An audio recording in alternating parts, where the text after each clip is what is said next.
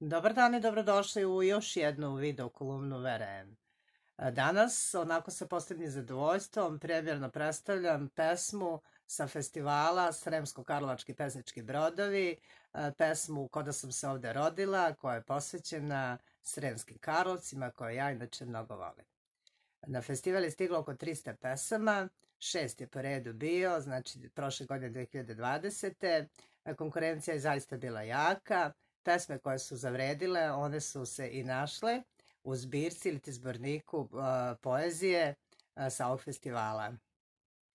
Organizator je SK Art Sremski Karlovci, predsjednik žirija je bio gospodin Blagoje Baković, članovi žirija gospođa pesnikinja Vesna Fekete i predsjednik udruženja SK Art Boban Dževerdanović. Internet izdanje ove zbirke možete pogledati na sajtu Akademac, sajt za kulturu, edukaciju i medije.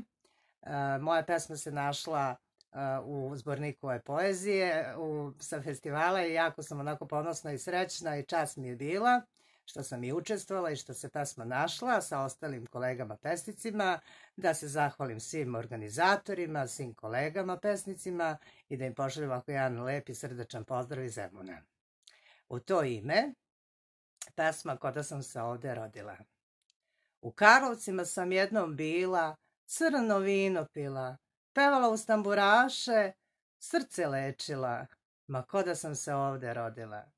Zaljubi se ja u vinograde, dobre ljude Dunav plavi, što kroz mene teče, u snu i najavi. Hej brodovi, gde god da pođete, u Karlovce opet dođete, i sa vama idem ja, da još jednom vidim tu lepotu što me opila, ma ko da sam se ovde rodila.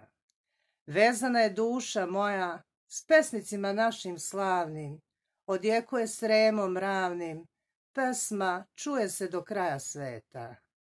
Na Stražilovo jutro stojim, dane i godine od rastanka brojim.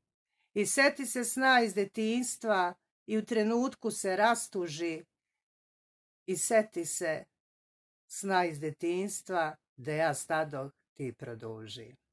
Hej brodovi, gde god da pođete, u Karlovce opet dođete, i sa vama idem ja, da još jednom vidim tu lepotu što me opila, ma ko da sam se ovde rodila.